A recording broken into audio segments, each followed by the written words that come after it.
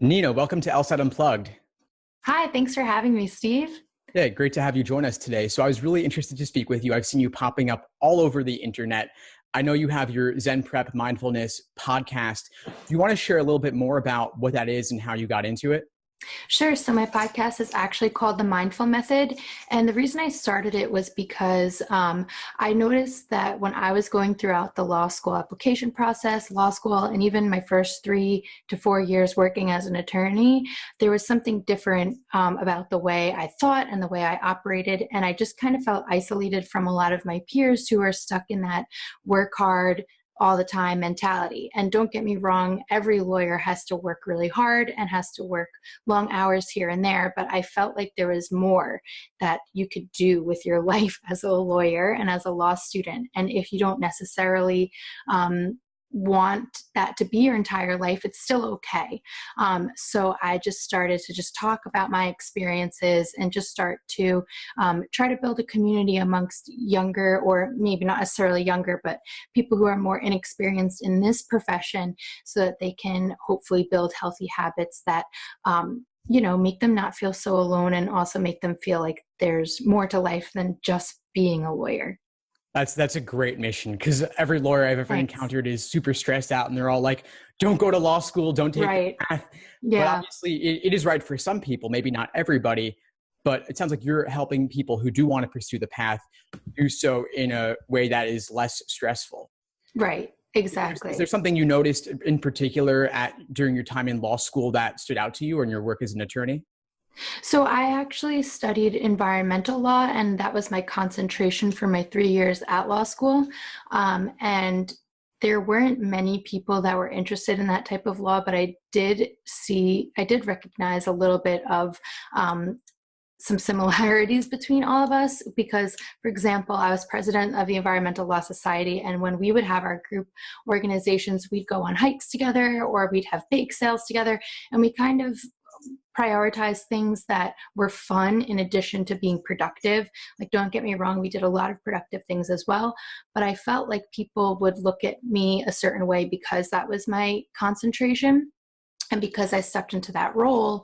But it was just funny because I'll never forget, and this is something that I'm really proud of, so I'm going to give a humble brag here, but I remember my second year of law school coming in, and I was fully myself at that point, because your first year of law school, you're all trying to kind of put on an act. Like, you're all trying to wear really professional clothes, and you're all holding people at arm's length, not knowing who you can trust or who is judging you or anything. But then the second year comes, we're all comfortable around each other. And I was in a business organizations class with, it was in the biggest room, so there had to be like 200 people in that class. And I know that from the scale, there's only 8 A's that are given out, if anything, based on the curve. So I tried really hard. I was like, I'm going to prove it to myself that just because I'm looked at as someone who prioritizes yoga and environmental law and all of that, I'm going to get an A in this class. And I busted my ass, sorry for my French, and I got an A in that class. And that was one of my proudest moments, because I didn't do it the way that everybody else in that class did it. They all did it based on, what they knew and how they worked, and they had all business backgrounds and things like that. So I just wanted to show to myself and show to other people that you can find ways that work for you. You can still be interested in what you're interested in and have some kind of success you can reach success even in a way that's objectively measured as successful. Like, I think most people would think that's success, but I just wanted to show to myself and to people that I spoke to that were 1Ls at the time that, okay, yeah, like, we could do this. We don't have to make this the certain route that everybody goes down. So that's really a really valuable insight, just to find the balance there. So for someone who's in law school, let's say someone is starting their 1L year this fall, what advice would you give them to maybe reduce the stress right out of the gate, not feeling they have to show up a certain way? So I think that in the first few weeks, it's hard. So at orientation, try to make friends. People are going to be awkward. People are going to, no one knows how to act. So however you feel is how everyone feels. So it's going to be awkward. But then, don't be afraid to make friends. Don't think that everybody's there to compete just because during the LSAT and the law school application process, everybody was competing with each other. And I know that it's hard to not feel like you're competing against each other when there's such a strict curve for your classes, but there's so much more you can do with collaboration over competition. I made my best friend from law school in the first month of law school, and we're still best friends today. And we've done so much more together collaborating than when we were competing, because trust me, we've been there too, competing with each other. And it really made a difference. I was one of those people who went in kind of not trusting people and being afraid of being judged and not showing up as myself. But as soon as I found people I could trust and, people I could rely on and people I was very interested in the way they thought and their opinions, I found that my understanding of even the classes and the rules that we were going over and what we're studying for, it all made sense, or more sense, once you kind of start to talk to other people. So I tell people that you should find the ways that work for you when you're studying first. And then after a couple of weeks of doing that, really branch out and find people who complement that, because you will make friends in law school. And that's part of the reason you're there, is to network. And I would imagine that it's super useful just for study groups too, right? Exactly. But also more so important than study groups. Like, study groups are very important while you're in school, but you have to think of the big picture. You have to think of your network, because this is why you're going to school. It's why people go to get their MBAs. Like, you're learning, to an extent, but nothing that you're learning is what you can use in a practical sense if you're going to be a lawyer. It's great if you're an academic. I was an academic. I loved school for the sake of school. But what prepared me for working outside of school were all the friends I made and the network that I built during law school, doing things like joining organizations and having friends that all had their own connections and were able to pull you into jobs after, right? Because the whole point at the end of the day is to be a lawyer, and you can't be short-sighted with that. Like, you can study all you want and study alone and get those A's, but if you don't have a network, or it just makes it easier when you're going to get your job or reach whatever goal you set for yourself, it makes it easier to have people around you that support you, even if it's just one or two. So that's that's my biggest takeaway from law school. That makes a lot of sense. It is all about connections in terms of getting jobs after graduation, rather than sending resumes down rabbit holes, right? Just into the vacuum. Right, exactly. So just a little bit more about my story. I was one of those people who were kind of just sending resumes out for my first year and a half, maybe, and after law school. And then it was my best friend that I keep talking about that actually pulled me into her job, because she saw what I was struggling with and the jobs environments that I didn't like being in. And she had an environment that she loved. So she pulled me in, and I was at that job for over, like about a year and a half. And I was traveling all over with that job. And that job gave me a lot of good experience and led the way for me to start my own business. So it really is one of those things where you never know what can happen if you just show up as yourself. You'll meet people that relate to you, and you'll be fine. You don't have to worry about being the best student in the class or being the most popular or anything like that. Like, you just need to try really hard, your best, and then meet people that you can trust, and you will be fine in this career. So I would imagine that sometimes the connections are even more valuable than the degree itself necessarily of where you went to school. Absolutely. And so actually, I was watching a video the other day because I know it's a little outdated now, but the news about Kim Kardashian coming out, and she's not going to law school and she's not taking the LSAT, but she's going to apprentice and take the bar exam. And people were freaking out saying like, oh, she's just doing this because, she's bypassing law school. She's got all this privilege. And in my head, I'm saying, no, she doesn't need to pay for law school, because in law school, you learn the law, but she could buy a tutor to do that. And then she already has a network. What kind of networking is she going to get from law school? People don't understand that the point of law school, and the reason why you want to get into the best law school you can, is because you want to surround yourself with that network, with your peers, because it could be the person at the party, it could be the person that's quiet sitting next to you in class that lends you a laptop charger or a pencil. Those people are your network. And that's something I've learned just through experience, because you think of networking as putting on a suit and just going into a room full of strangers, but that's not the case. Your network is the people you go to school with. So that's why it's important to try to get the highest score you can on the LSAT and get into the best school you can, or at the very least not pay for law school, which is the only other option I would suggest. Is you either get into the best law school you can where you get a network that will pay off, or you don't pay for law school and you clearly can make it on your own as well and find a network that works. Totally. Yeah. With a high enough LSAT score, high enough GPA above the medians for a given school, yeah, you could end up with a full ride. And that's an enormous benefit. And then you could still network at that school too anyway. Exactly.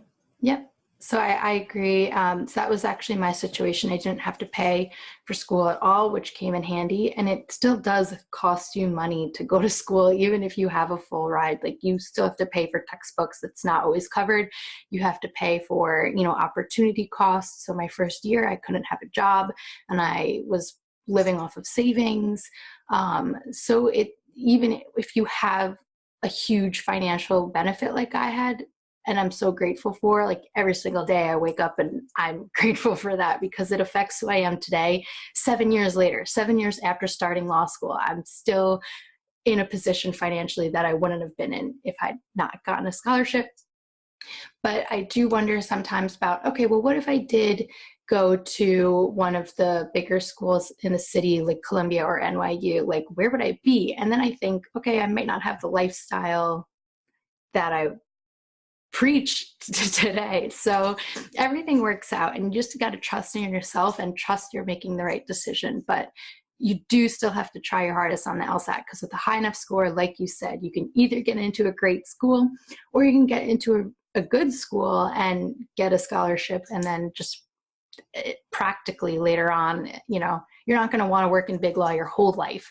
Even if you want to work in it for like 3 years or something after school, there's going to be a day where it comes and you're kind of still tied down to your loans, regardless of how much money you're making at a big law firm.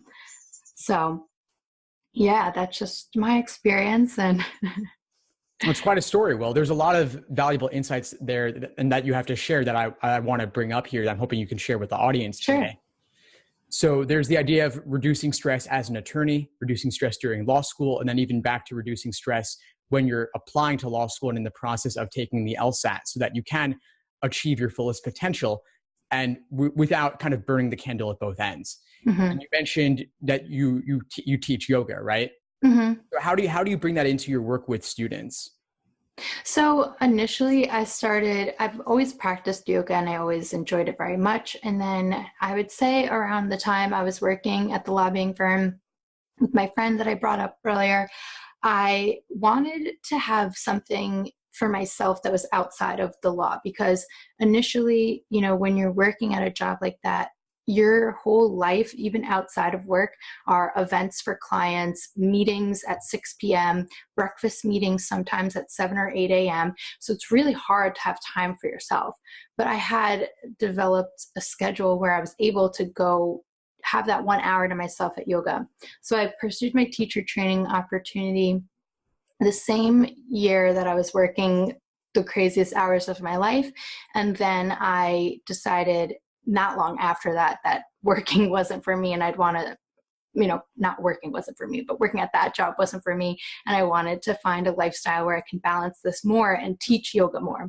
So what I realized was, I had friends who were struggling to reach their goals in terms of passing tests, or, they had all the tools, but there was just some kind of mental block in the way on the day of the test, a lot of test performance anxiety. And I thought back to the days where I was studying and what I was doing and why I never stressed out over a test. Maybe my first year of law school, I cried during finals, and I've cried a couple of times during bar prep, if I'm not going to lie. But otherwise, it was relatively low stress, and I wondered why. And it was all due to my lifestyle. It was due to this flexible attitude I had about it. I was studying by myself a lot, and then cherry picking when I'd go and see other people and get their insight. And I knew by that point, by the bar exam, who to trust. And in terms of the LSAT, I was pretty much by myself because I didn't have any friends studying for the LSAT. And I would study by myself. I worked a job always. I always made sure I had a job so that I wasn't stressing about financial reasons. I wasn't stressing over financial reasons, even if it was just at a pizza place or a bar, bartending or waitressing or something. I had something to get me away for 4 hours at least a week, 4 to 12 hours a week. Then I would go to yoga for an hour a day, or I would just practice in my backyard or something. I made sure that I was eating healthy meals. I made sure I was studying outside when I could, so when it didn't require a laptop. So I was getting some sunshine and still feeling like I was enjoying my summer because I took the June LSAT and the July bar exam. And so all these things just sound, kind of obvious. Like when you're probably hearing me list them off, it's like, oh yeah, no wonder you didn't feel that stressed, because like you were just going about your life like a normal person. If not, felt like I was living my life exactly on my terms. If any time in my life that I was living life exactly on my terms, it was during those 2 test prep times, because no one else is bothering you. No one else is asking anything of you. Everybody knows that this is your priority. So you can really get away with, being selfish. And that's something that you don't get to be as a lawyer. Like, your time is not yours when you're working. So I figured, all right, well, how can I spread this message to other people? And then that's when the idea came to me that I could tutor them and also incorporate some yoga stretches and sequences in there. I also provide I'm not a dietitian, so I don't give diet advice, but I give a couple of recommendations for meal plans that I've used, or snacks or study snacks and things like that are healthy and fuel your brain and don't make you feel, or didn't make me feel, lethargic and, unenergized, because there's a definite gut-brain connection that's only becoming more known and studied today. So all of these things I try to bring into my work that I do with my programs. That's fantastic. I love that you incorporate this. I think not enough folks in test prep do. They just stick to the books and that's it. But there is so much more than that. There are people who have high practice test scores and then on test day their score plummets because of nerves or anxiety. And well, why did the nerves or anxiety happen? Or why do people burn out? I'm always telling folks, sleep, diet, exercise, and meditation or mindfulness or relaxation of some sort.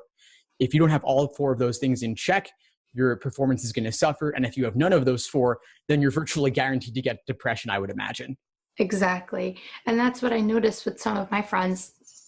They'd be the smartest people and the best students in other environments. But then when it got down to the wire and it came down to test day, there's just some kind of block. And it's like, exactly, you can study all you want, you can pay for the most expensive tutor, you can go to the most esteemed prep class, but if you're tanking on test day, it has nothing to do with the material you're learning and everything to do with your lifestyle. And so that's something that I think is important and translates to practice as a lawyer, because what I also mentioned, and some people are blind to it, and I think especially students that are still studying for the LSAT or still in law school, they think that it doesn't affect them yet. But lawyers in that profession have a disproportionately high rate of depression, substance abuse, alcoholism. And I think a lot of it comes down to the traditional work ethic that a lot of lawyers have and the lifestyles that they have. Not eating because you're working all day. We're both in New York City, so it's a certain way here. Maybe it's not this way everywhere, but it's true. And the Bar Association, when you pass the New York Bar, actually makes you take a course to, bring awareness to this fact. And it's a mandatory course for all new lawyers. And then that's something that maybe goes away a little bit, but then you'll hear of big law associates passing away. They'll always publish it in the New York Law Journal. You'll hear of just people from law school, and you'll just see things. And so I know it's really easy when you're sitting in the seat of an LSAT student to want to pull all-nighters and work and, take whatever substances you need to get through the night. But at the end of the day, like, that is the lifestyle you're building. And if you're relying on those for working now, I see friends today that they still feel that they need certain things to, like they need to stay up all night, or they need to skip out on meals or skip out on working out because they have to get the work done. But then what's your end goal? What's your end goal? Because you're just existing for work. And it's not really like, what's the point? What's the point of being a lawyer? Like I don't know.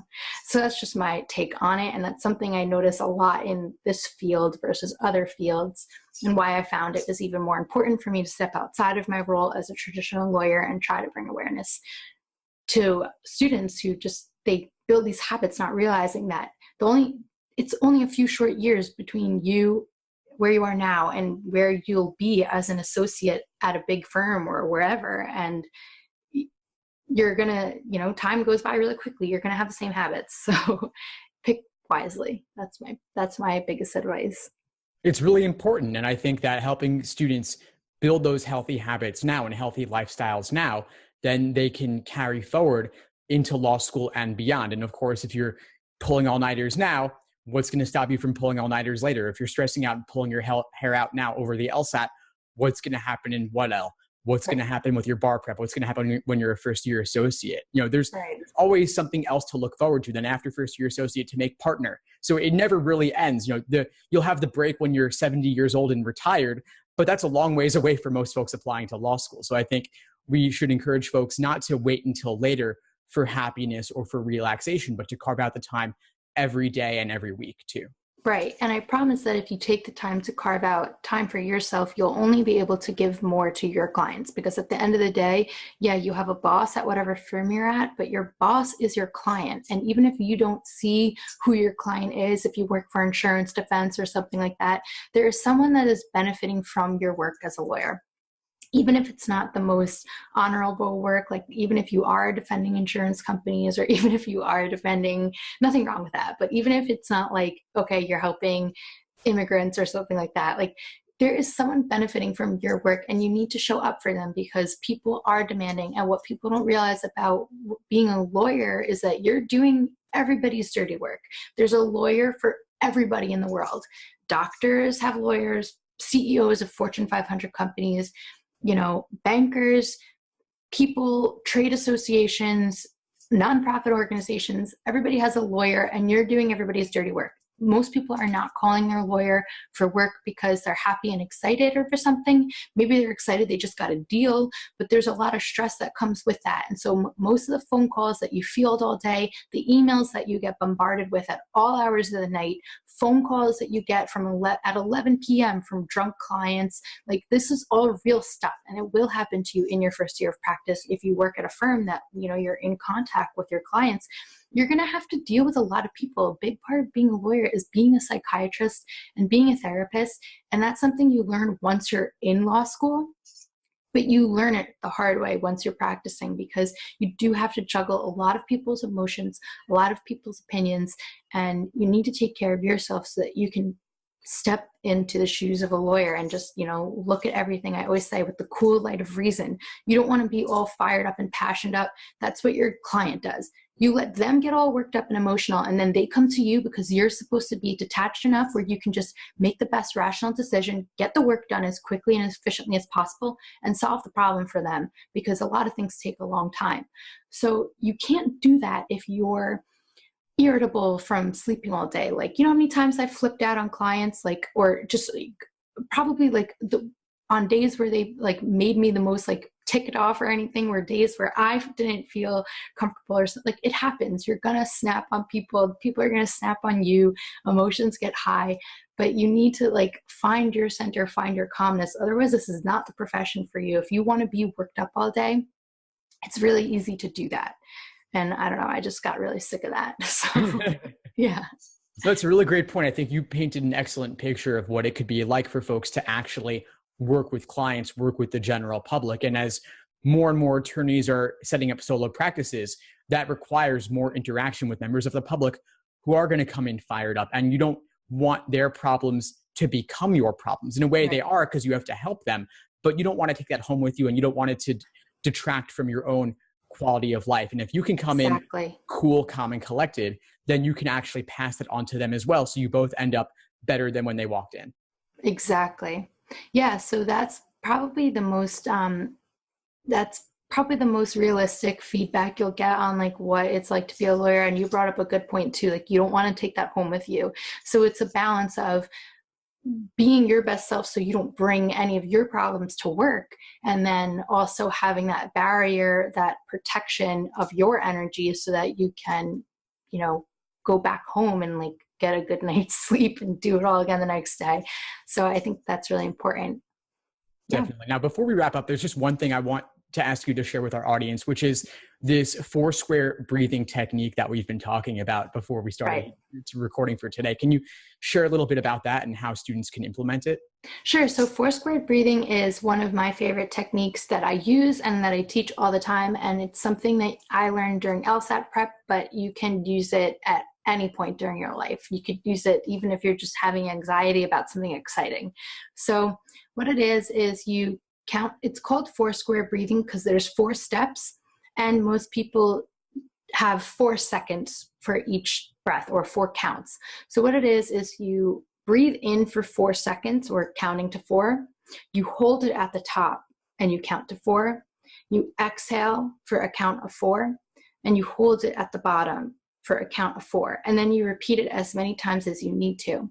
What that does is it brings your heart rate down. It brings your presence back to the present moment. It brings your attention back to what you're doing, and it kind of super zooms you into the present moment. So it's something that's really good for you to do on a test if you're feeling really anxious, or I find it sometimes even energizes me because you're getting more oxygen to your lungs and you're not having these short, shallow breaths that a lot of people have when they have anxiety. You want to get more oxygen to your body when you have anxiety. So that's why this breath technique is great. And I find that holding your breath at the top and holding your breath at the bottom, that's what sets the natural rhythm for you. So I could demonstrate it here. I always feel so silly demonstrating it, but I'll demonstrate it with the snap of my fingers. So each snap of my finger will be a count of 4. And I'm going to start with the inhale. So holding, exhale, holding. And you can repeat that as many times as you want. It takes, what was that, not even 10 seconds.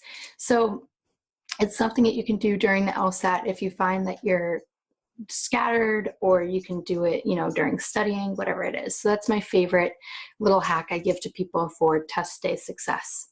That's great. I'm really glad you shared it and demonstrated it too. I actually did it with you, just that. Yeah. Oh, nice. Also, yeah. And I think that these breathing techniques are super useful. I'm also very much into yoga. I'm not an instructor like yourself, but I've been practicing for a few years now. And one of my favorite things is actually the breathing stuff, where you're not even physically moving. You could be sitting cross-legged, pranayama.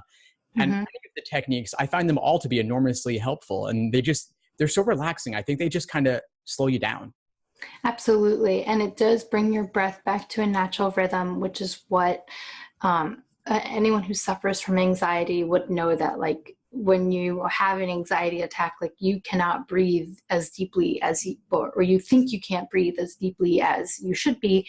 And that's why these breathing techniques are great. I'll just share another one really quick. It might be hard for people who are just listening to it, not seeing the video, but what you do is you take your middle finger and your thumb finger and you put one on each nostril.